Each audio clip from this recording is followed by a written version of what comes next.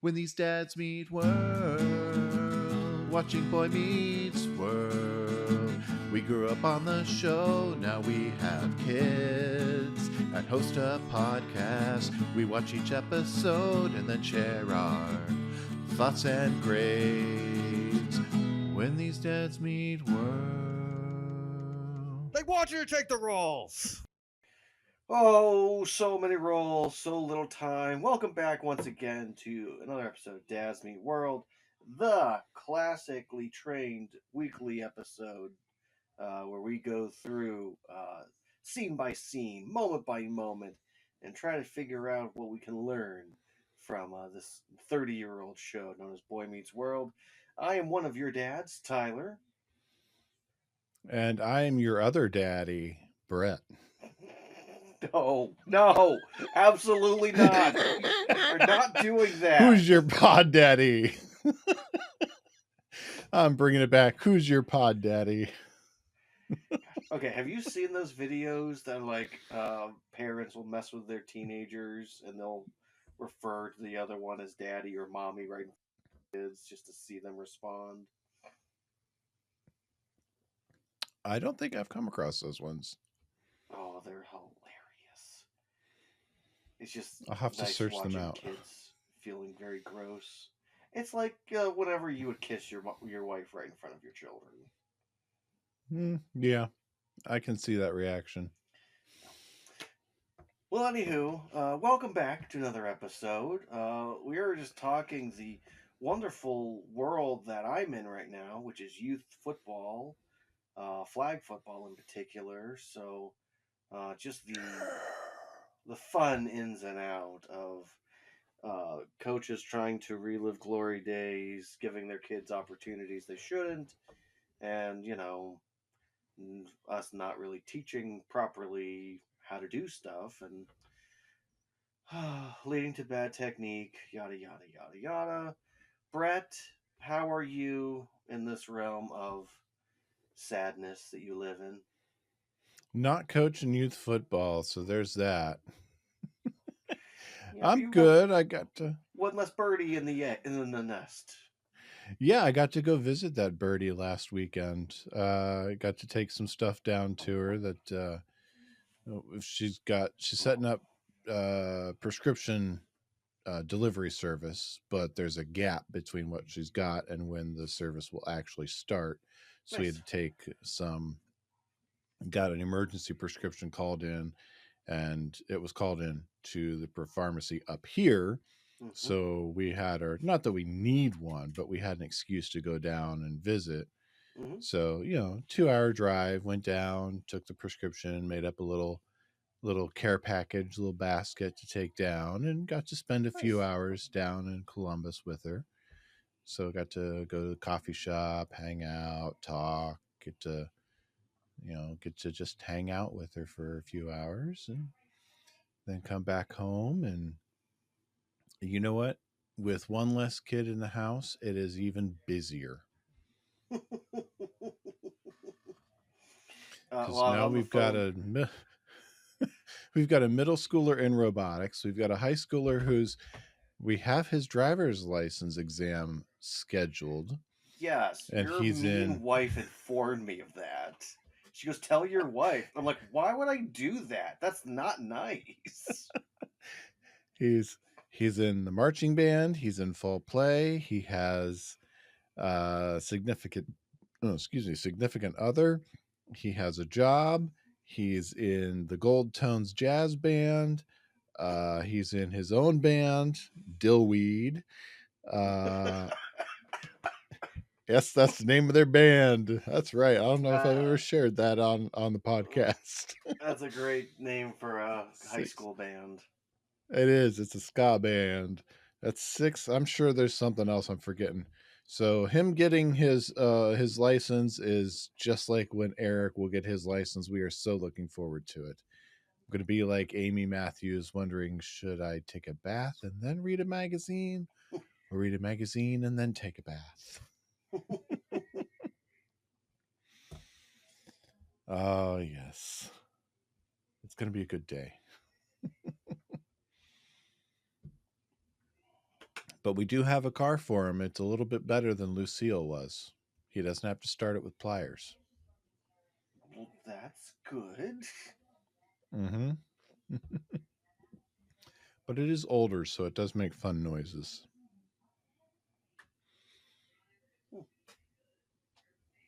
Interesting. Well, should we get into this episode, Brett? I'm bringing weird energy. I think we should with that weird energy. We're going to look at the 19th episode of season 6, Be True, wherein Cory and Shawn join for the last time as a bad boy, quote unquote, if you're just listening, team to help Mr. Feeny, whose uncertainty in declaring his feelings for Dean Bolander looks like a mistake. Meanwhile, Rachel challenges Jack to take her out on a real date.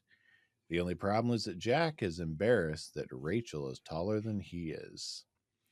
This episode was written by David Brownfield, directed by Mickey Dolenz, also known to us as Gordy, who is directing the second of 2 episodes. He also directed Turnaround way back when. Huh. Yeah. Originally aired April 9th of 1999. This is an entire month after our last episode. And currently enjoys an IMDb rating of 7.4. That's a drop of 0.2 from our last episode, tied for 18th on the season with Better Than the Average Cory and My Baby Valentine. Now, our last episode pulled in at 12.02 million viewers after an entire month off. And in the month of April, how do you think we did, Tyler? Well, that's a giant drop off, Brett. We'll have to look at why they had such a huge drop off on Friday night for 4 weeks in a row. That's crazy. I don't know. Just throwing out a number like 8.31, maybe. I don't know. That's exactly 8.31. Yeah. You looked that one up, didn't you? Spoiler alert. I've been looking these up the entire last 2 seasons. I stumbled onto the website you use and I went, oh, I know what I can do now. Instead of being emotionally involved in this, I'll just always be generally I'll close. just cheat. I'll go either a little high or a little low, and you'll go, actually not bad. So, Yeah. But massive drop. We have dropped almost 4 million viewers. yeah, and it never really recovers. No. This last episode was pretty much the high point for the series. We almost never recover after that drop. Yeah, I mean, the closest we get to it is the wedding, and it's like when they're first married, and then there's again another big drop, and then it's a consistent drop up until the finale. Yeah. But gosh, I mean, these aren't bad episodes, and it's a shame that they weren't as well received, viewership wise. Mm-hmm. Now, I will tell you, there is a little piece of trivia you won't find on that website. But in an interview with the Television Academy Foundation back in 2017, Bonnie Bartlett, who plays Dean Bolander, recalled telling Michael Jacobs that she thought that this script for Be True was the single worst script that she had done since she was started acting in high school. That's so weird. Brett, I'm gonna play my hand now. I love this episode. I've always loved this episode. It warms my heart. The only thing I think of is that she just doesn't understand the jokes. That's very possible. And so like because she doesn't get the humor of the jokes and the vibe of it, I think she's not emotionally involved in it. Now, I will say in her defense, the whole love triangle between her, Feeny, and Curtis is incredibly shallow. Oh, let's get into it, Brett. All right. Well, take us away, Tyler. Yes. We start off right off the bat, Brett, with what is important about this episode. It's Eric saying to Feeny, "You, Feeny, sit here now." And somehow Eric has a actual coffee cup. Brett, I was thinking about this. Have you ever been to a coffee shop in a college where they actually have real coffee cups? In a college? No. Now, at a coffee house where someone like has a specific coffee mug, I've seen those Mm-hmm. before, but still, Oh, yeah. traditionally speaking, you're getting served on one of their throwaway cups Oh, unless yeah. it's requested. On a campus, yeah, I don't see them using reusable mugs on a campus. Yeah. Anywho, basically, Feeny and Eric are having a conversation about how Feeny needs to act, he needs to get moving, and a chick like Dean Bolender is not going to wait around forever. Don't reduce my feelings for the woman to the hots, I unless do she love said that. something. And then, yeah, I love that Feeny is very clear. He's being very honest. He has feelings for her. He wants to be careful. He wants to be compassionate, and he is very interested in her. And he's very old fashioned. He's very much about taking things slow and by the numbers and Mhm. about the pursuit. Yes, and I love how we transition immediately over to the other side, where Dean Bolender is walking into the room with Topanga and um oh my gosh, Angela right behind her, and the first thing she says is, "Girls, please, you don't have to keep selling me. I like the man." He just needs to speed things up. Yeah, she's very clear on, "I like him. I think he likes me. So if he does, let's get a move on it." And She's not Topanga's like, getting any younger. "Well, isn't there something to be said about the old-fashioned way?" And she's just like, "Yeah."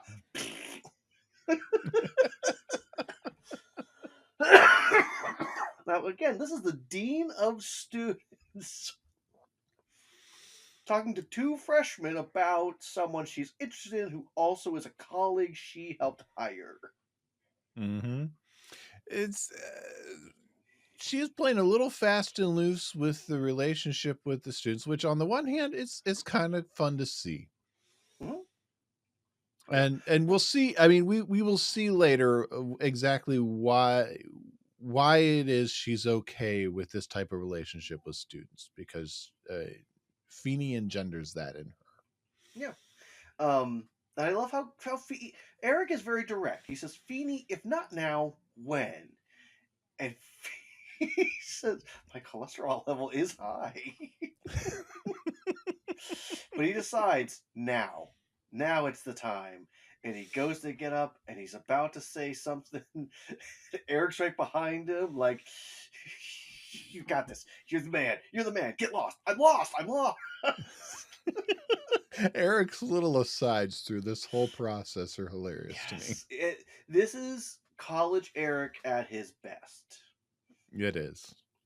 And Feeny is going to go up there and he's going to say something to the dean, and all of a sudden, some silver-haired, good-looking guy walks in, and apparently, as Feeny says, he must know her.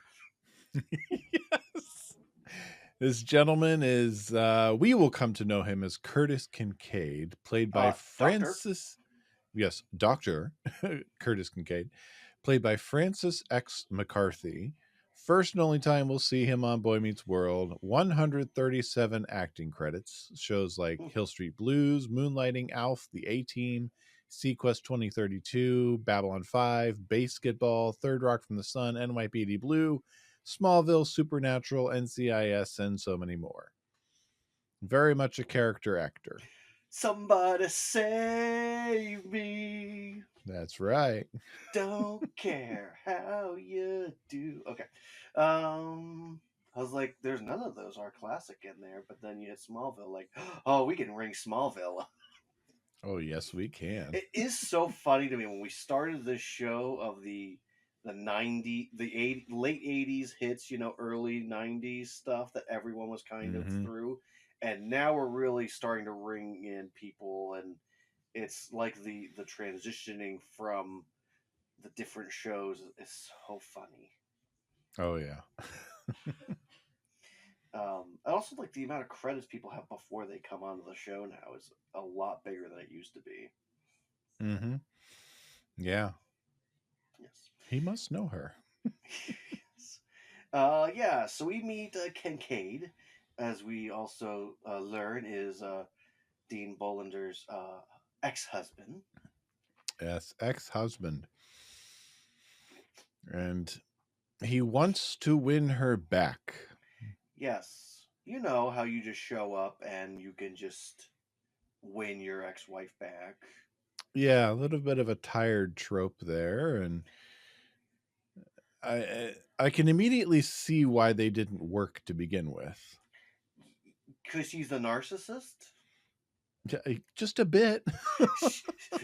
I mean, I know we finally are saying her name as Lila, but Lila Bolander is a sweet, wonderful person who just wants to teach her people and make sure they get the education that they deserve. And he's a jerk. He's a jerk, only concerned with himself and his He's find and uh, self-centered. his Nobel Prize. Yeah, I could be rich. Yes, dollar signs. Yes, man. Yes. Yeah. She introduces him to Feeny, making clear that he's a colleague and a friend. And he says, "Oh, what do you do?" He goes, "Oh, I'm a fortune hunter, adventurer." And personal favorite is Lila's ex-husband. And he tries to say, "Mister." "Oh, what's the Mister?" "It's Doctor." And like, I will say for Feeny, we've always known him as the best teacher around. And hey, even as a new professor, he's pretty great.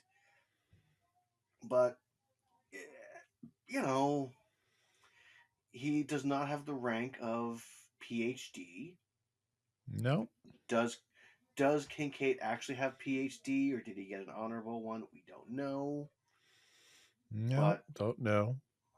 oh But my either gosh, way, he's spouting off the title, and Lila's not saying anything out the side of her mouth to no. stop him. So Well, and let's that's why I assume that wonder. he earned it. Right, and that's why I wonder if he got like an early PhD, and that's how he has the title.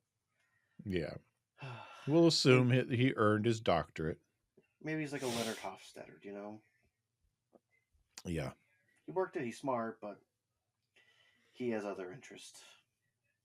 Um, yeah. So Eric is troubled because he is not seeing good evidence of what's going on from this situation. And we Not go, at all. Brett, to probably my favorite scene in the whole episode. One of the greats. Er- Eric is in with hat in hand, trying to convince his younger brother and his former roommate, who he'll never remind us that they used to be roommates, that the two of them need to come up with a scheme to help their friend Feeny. It makes it clear Feeny is family. And you don't And turn your back on family. Cory and Shawn are just very lightly stirring their tea or coffee, whatever they have, and they're very slowly, like they are uh, shot for shot copied of the two mafiosos we had in season 5. Like they are Oh playing yes, those characters. they totally are. They're legit businessmen. Yes, we're in the bake sale. We're Oh, in the bake legit. sale business. As my favorite interaction is I come here with a hat in hand. It's my hat. It's my hand.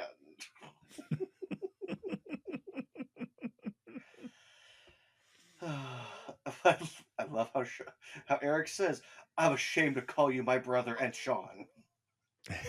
Yes. My brother and Shawn.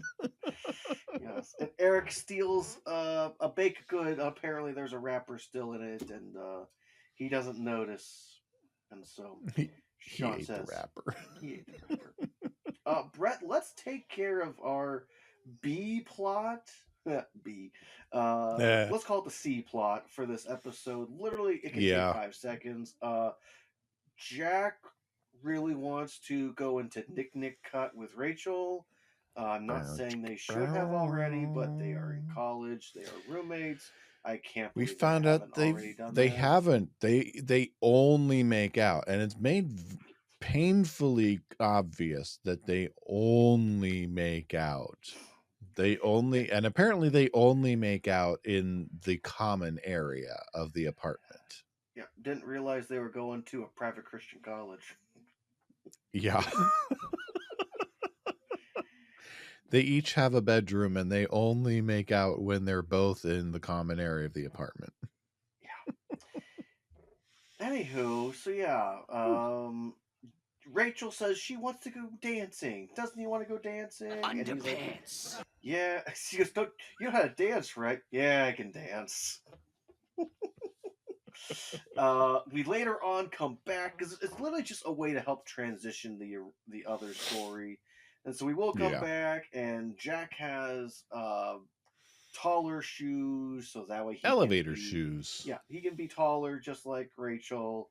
And Rachel thinks it's because he's embarrassed to her, and Jack says, "No, I'm embarrassed because I'm with you and I'm short." And then two ladies will say to them, she's too tall for you." Mm-hmm. Thank you, random old ladies who apparently live in the same building where college students live. Yeah. We can't figure out if the show can't decide if it's student housing or if it's general housing. Episode's gonna episode. Exactly. It's there for the joke. I mean, it is fun. I don't actually mind their subplot. It's nice that we finally have something of them being a couple. But the way Yeah. that they shoehorn in stuff about how Yeah. I want You made more. you made a shoe joke. Yeah. It's just, yeah, I don't know. It's funny, it helps, but also it's so useless. It literally could have been in any episode, and it adds nothing of note to this particular episode. Right. There's nothing in here about how we miss Eric. Gosh, things feel different. Like, Yeah. you know. You could take it out and put it anywhere in this anywhere. Yeah. See, And I almost think. Sorry, I think you were just going to say something more, but I was starting to cut you off. no, go ahead. Okay. I just feel like I almost wish they would have made clear of like they only make out like in like their more private-y spaces. Not that I want that, but just like they almost act the same in the common areas, like they still like when they're together, like one will be on the couch, one will be in the kitchen area, and they're not really talking or doing much, and that's what's awkward for the two of them.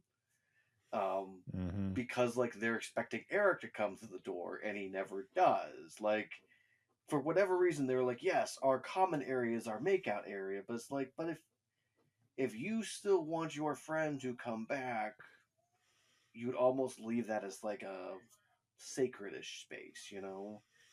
Yeah, it does. It is a bit of a reversal from what you would expect. So anywho, we go to I'm assuming a class that Feeny is normally the lecturer, and they have Dr. Kincaid talking, and apparently he found something and dangerously was able to get away from this tribe, and he put the item in the Turkish Museum of Natural History across He's a from the poor Hard man's Rock Indiana Cafe. Jones. He's a Yeah, poor man Indiana's he Jones. really is. It seems like That's, let's just say it right here. Poor man's he Indiana he Jones. goes, he gets an item, and then he sells it to the highest bidder, essentially. Yes. And apparently Topanga and Angela are smitten with this guy. They're swooning. Yeah, I mean, I get. Okay, first of all, Indiana Jones, when it first came out, I get it's a big deal. I get for in the classroom scenes that there are young students that are interested in a very young Harrison Ford, Indiana Mm-hmm. Jones. But this Yeah. is an older man. He's Well, he's way still a past his silver prime. fox. Yeah, but like that's like saying today's Harrison Ford that a woman would be like, wow. Da, da, da, da. Are you saying Harrison Ford is still not Studley? There's a difference between being studly and respected and swooning. Da, da, da, Listen, da, if da, da. my wife is sitting in a classroom and Chris Evans comes in, she'll be distracted the whole time. She won't listen to a word he says, but if Harrison Ford walks in, she might go, "Oh, hey, I know that guy," I've seen you before. but not swooning. So, but requisite, we have to make it seem like he's actually a bit of a dreamboat. I don't know. I don't see it. But I like how Shawn and Cory kind of see through his facade and they see the problem in this moment. And I like how he says, I feel as though this gentleman may require our attentions, perhaps a lesson in humility, something big, something spectacular. Well, let's It not get doesn't caught help. this time. Yeah, and it doesn't help that he doesn't exactly hide his disdain for Feeny and his chosen vocation. Yeah, he is immediately talking down Feeny and making him look small, which I have to Mm-hmm. say, I understand that the dean, this is her ex-husband and her fling slash crush, but like she is the authority in the room, and I feel like she really should have said something like, "Hey, you're being out of line." Yeah. Just this weird power dynamic in the room, and also we've never seen Feeny not be confident. Mm-hmm. Feeny has always had game. And this is Oh the yeah. first time like he is out of his league. He is a Corey Matthews in the moment. Yeah. Yeah. Or Shawn in the purse. Yeah. Yeah, so we cut to Lab C, Brett. You know, that classic Lab C. Where, all of Curtis's stuff is there. It Just definitely doesn't look like it was it's actually their dorm room or anything like that. not at all. Yeah. Not a redressed dorm room. Yeah. Why do you suppose Curtis brought all of his stuff there? I don't understand. This is the we just have to embrace the chaos. We can only assume that he just travels with a truck of stuff that he has movers undo everything and set them down because he is a world famous celebrity bounty treasure hunter guy. Travels around with the world's first brain. Yeah, I love this whole. I okay. This is one of the few like just Cory Shawn scenes where they're just being Shawn and Cory. Like there's no drama that they're involved in. They're not going back and forth yelling at each other about their lives. It's just them being them. Yep. So they start to mess the room up. They're trying to make a mess, and I just love how they're saying like our plan is so brilliant, and this is gonna be so easy. I can't believe we used to get caught so often. And I like how he goes. Shawn just says, "It's us against them. Live on the edge, babe." And Cory says, "I like when you call me babe."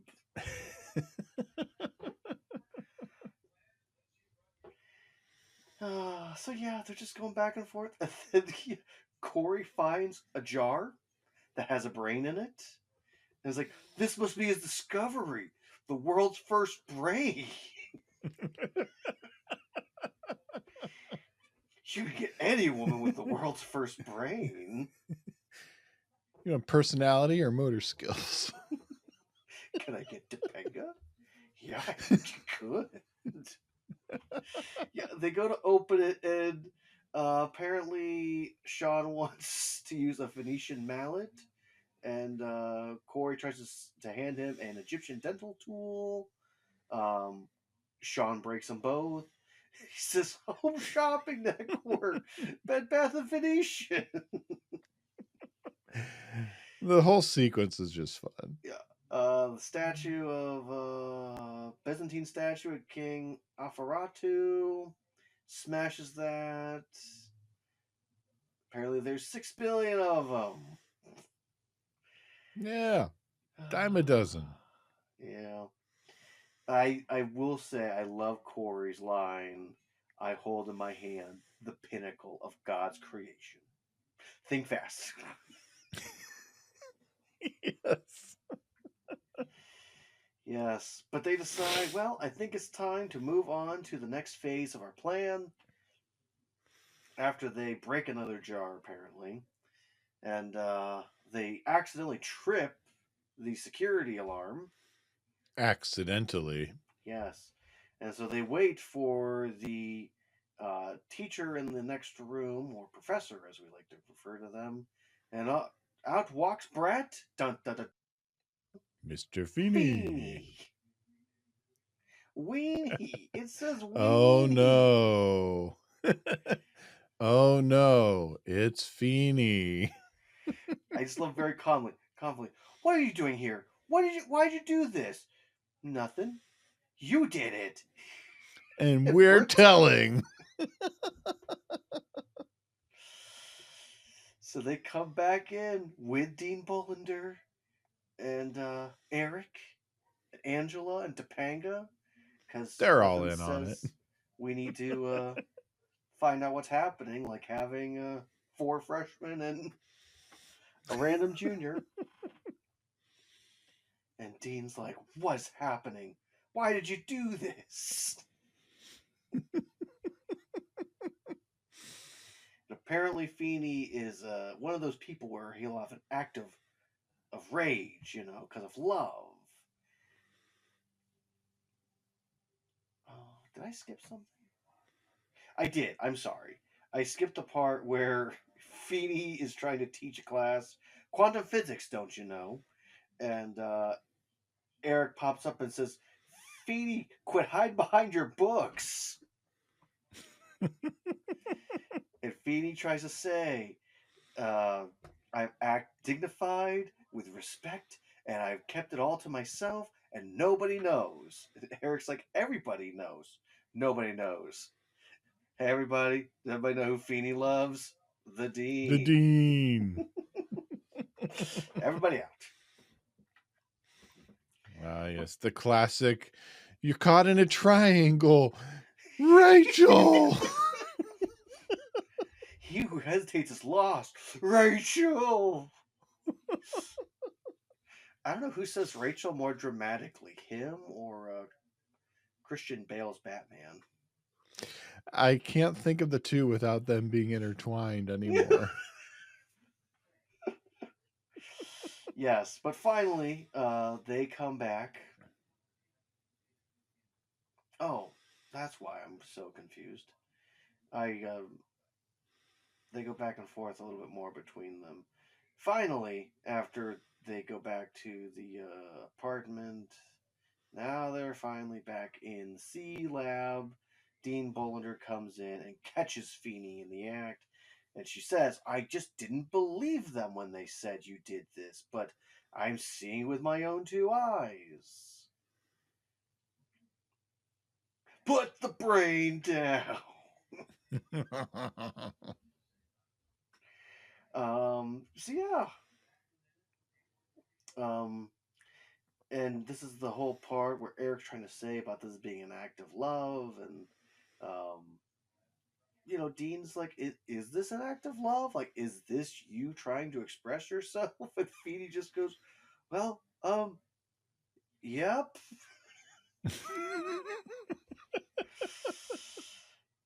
And apparently, Kincaid finally comes in, says, "Where's my bee?"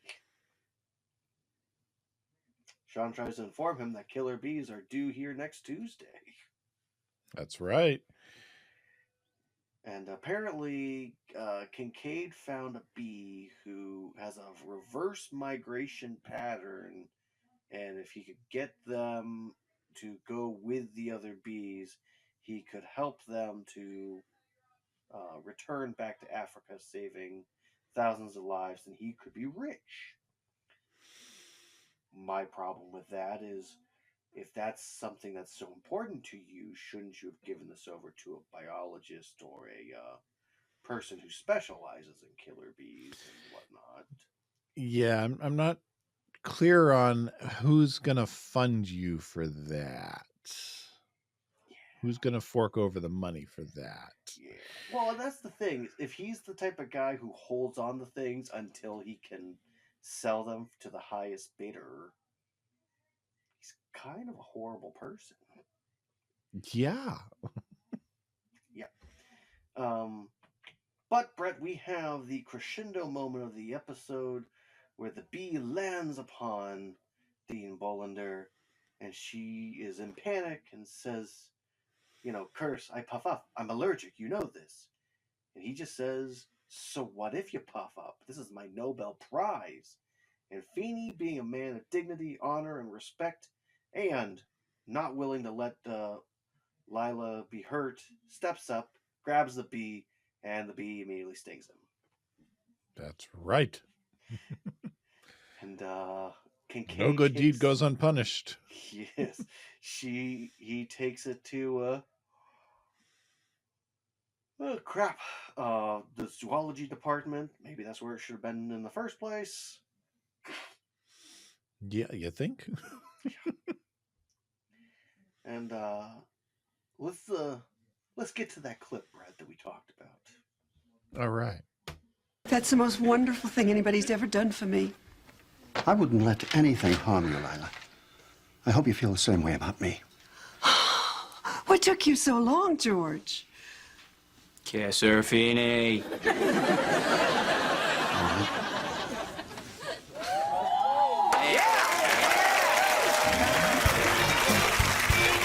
Feeny and the Dean have quite a passionate kiss, I gotta say. Uh, Sometimes people in real relationships don't always have the best on-screen chemistry, or it's kind of off, Mm-hmm. But it's nice to see, these two characters, and the characters that have chemistry, and the two actors having chemistry. You know, this is a really good moment. And it's very beautiful. It is.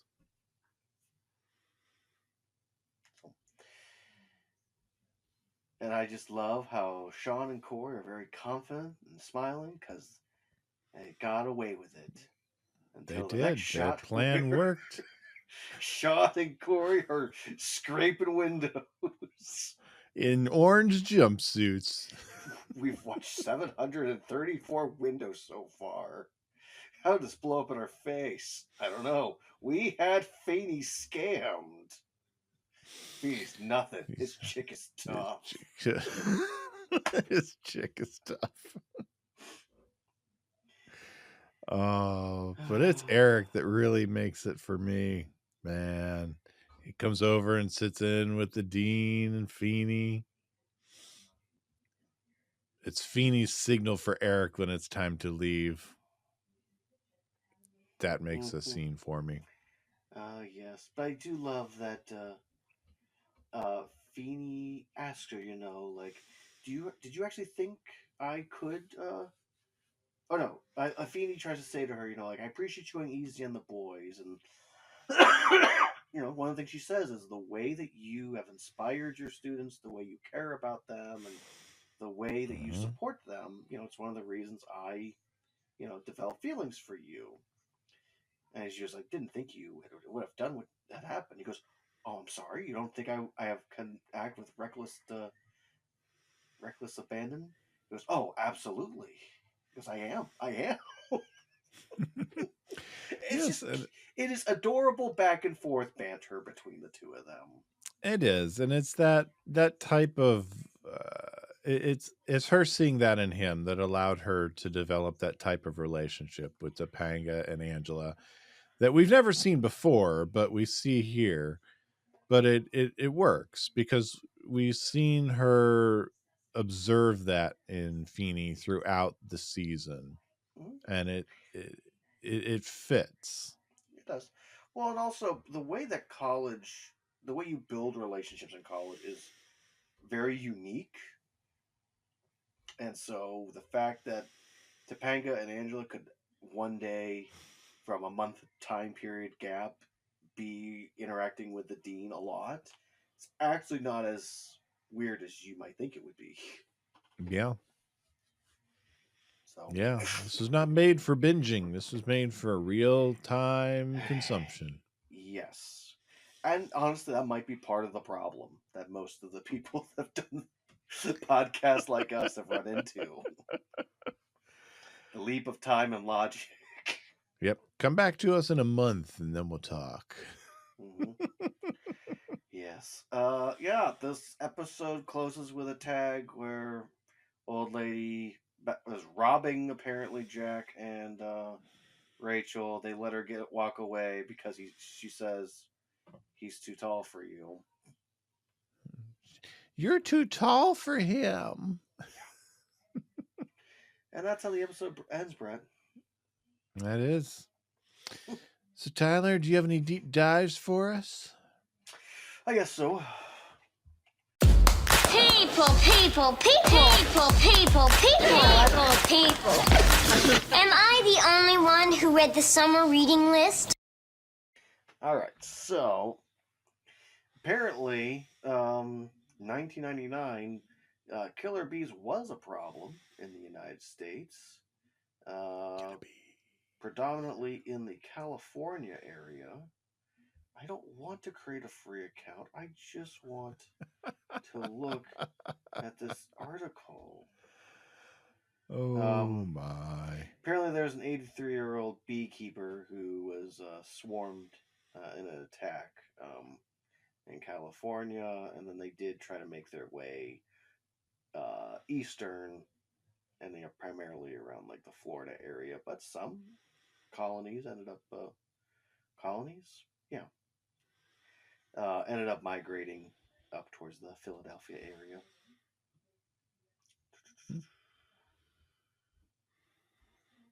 Let's see. Dating for senior citizens, Brett. Ooh. Okay, so honestly, a lot of these are going to be very similar to normal dating, but first thing first is getting back in the dating game with the right mindset. Basically, making sure that you have an understanding of where you're at in your romantic abilities and what you are willing to go forth and the person you want to be with another person.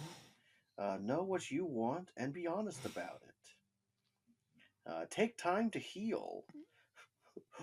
Most of the people who are single at senior living are divorced or have a partner that has passed. Be open to new experiences. Apparently, your comfort zone is something you're going to have to be willing to move out of because it's the only way you're going to be able to make relationships. Make health a priority. Hey, when you're on the older set, health is much more complicated. Understanding what you can and can't handle. Setting boundaries. Good for all relationships, right, Brett? Of course. Places to meet other single seniors. Apparently, you just don't want to go anywhere to find singles. You want to find the senior singles. And it's okay to go to online dating for seniors. Ooh.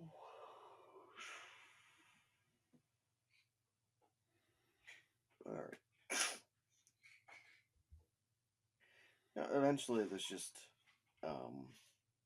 similar advice you'd give for dating in the here and now.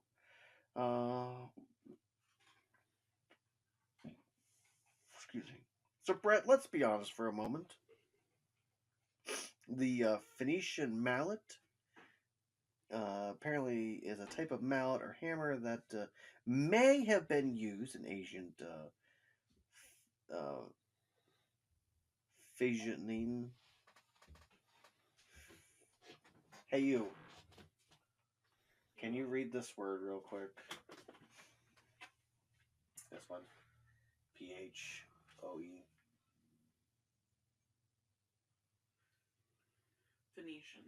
Phoenicians, thank you. Phoenicians! Good night. But apparently, Brett, there is no actual tool that has been found that can be confirmed as a Phoenician mallet. Okay. Yes. So that's one potential lie. The other thing was the early Egyptian dental tool. Brett, I was looking up Egyptian dental tool and dentistry. There is no tool that looks like a little / claw that just picks at teeth. So that is not what is shown would not be what they would be using. And they actually have there's some pictures of what they actually would do, and a lot of it's not too dissimilar from what we do. Instead of drilling a hole straight through and getting teeth together like they do, we do braces. So, and then as far as the statue of the Byzantine statue of Hammurabi, there apparently never was a King Hammurabi. There was, however, a Hofra, Hophra.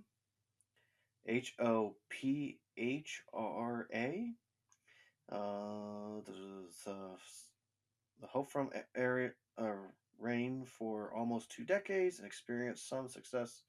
He was remembered mainly for his failed attempt to become to King Zedekiah's assistance, and the disastrous final campaign against Syrian, which ultimately resulted in his death.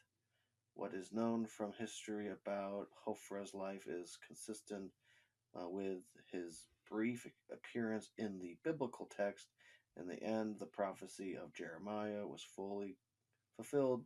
The Hofra would have been given into the hand of his enemy, into the hand of the one who seeks his life. So, as far as the Byzantine statue, that's not a real thing either, Brett.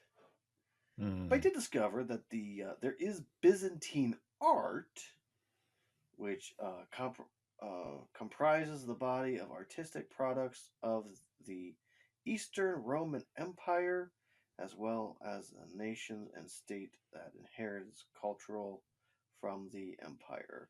Through the empire itself emerged from the decline of Western Rome and lasted until the fall of Constantinople in 1453. So it has to do with Eastern Orthodoxy. So yeah, there's some cool stuff that is Byzantine art. And Brett, we're just going to call those our deep dives. All right. Well, let's talk about what we learned. You know anything about the Odyssey? Huh? Did I say you could talk? I didn't teach you that. My friend Mr. Matthews will lead the discussion. Do I have to draw you a picture? Yes, draw me a picture. Well, my learning from Mr. Feeny is justice can be tempered with mercy. Even when the boys break the rules and They have a very clear dictate from the college that they're not to break any rules. They do so for the benefit of one George Feeny. Justice is brought down upon them, but it has been tempered with mercy, so that they are punished, but they are not expelled. Cory, anyway. So justice does need to be doled out in life, but we can learn from Mr. Feeny and Dean Bolander that it can be tempered with mercy. Tyler, what did you learn? Brett, I was reminded that love always wins. Love always wins, Brett. See, these two people met each other at a weird state in their lives, and they're going to be way better off because of it. Love wins, Brett. All right. So, I'm right? No, you're exactly right. So am I done with my education? Can I go? Tyler, how would you grade Be True? Oh, it's an A+. Even with the annoyance of the Jack and Rachel storyline and how it's utterly useless, it's at least funny. It continues their overall storyline. It shows the apartment is still there. Do I think that they're dumb? Yeah, but the just overall everything to do with that A storyline that could have been all on its own, it's just fantastic. All right. I'm going to give it a B+. And that's fair. I like the episode. I like that it continues the story. I like that we finally get some resolution to the whole Feeny, Bolander, won't they? I don't like Curtis. I don't like I don't like the whole triangle they try to set up. It's not all that believable that Dean Bolander would really consider getting back together with Curtis. And the whole subplot is just very... The subplot adds nothing to the specific episode. It, we already went on about how it could be dropped into pretty much any episode, and it still wouldn't add anything to that. We already went over how we could have made it better. Yeah. But still, solid episode, so B+. Yeah. B+. Uh-huh. I can't fault you for that. Although I will say, I don't mind it because it does give a little bit of it gives a little bit of help for why Dean Bolander isn't fully ready for herself to step up and say, "Hey, George Feeny, I like you. Let's be together." If she still has a bit of a candle for her ex-husband, and some part of her wants him to come back and be the hero she once thought him to be. If she's waiting for him, sure. Yeah. So I like seeing Feeny in this kind of more vulnerable state and showing his strength through quiet determination and just pure unadulterated manliness of love. We haven't seen a very vulnerable Feeny since, I believe, season 4 when he went to Boston with Eric. Yeah, I mean, whenever BB and RB&B. BB's B&B. Yeah. B&B's B&B. At the end where he sees the old newlyweds. Yeah. So, well, Brett, you ready for a dad joke? I'm ready for a dad joke. Well, here's the deal, Brett. I'm going to introduce a new way to send us off. Not because I don't like the dad jokes, Brett, but because sometimes some of the things we read in a little book called the Bible, it is weird. So let's read a weird verse. So here we go. This is coming from Leviticus. You know, that book that people like to throw at people. Leviticus, chapter 19, verse 27, Brett. 19:27. Do not cut the hair at the side of your head or clip off the edges of your beard.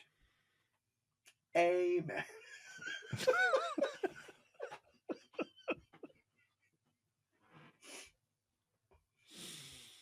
Okay.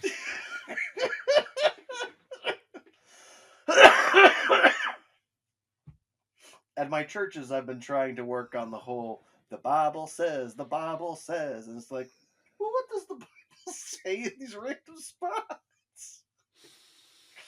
Okay. So, yeah. Well, in that case, good-looking people, here we go. Thanks, you good-looking people, for hanging out with us this week. And if you'd like to send us a message and like to thank us for some good old-fashioned down-home Bible reading, send us an email at dadsmeetworld@gmail.com. Or you can send us a message at any of our social media at dadsmeetworld. We're on Facebook, Instagram, and Twitter/X. And over on YouTube, if you're not already watching us there, at dadsmeetworld across all of them. And hey, we'll be back next week with another new episode. So until then, we'll see you, good looking. Back to you, good looking. Read the Bible. You know, how can I learn so much every week and still be so stupid? Was that duckies? No, garbage. I want to be normal, Spud. This is good TV. Read the Bible. Read the Bible. Read the Bible. Read the Bible. Read the Bible. Dads Meet World is a production of Headfirst Studios. Headfirst Studios. Tell your story.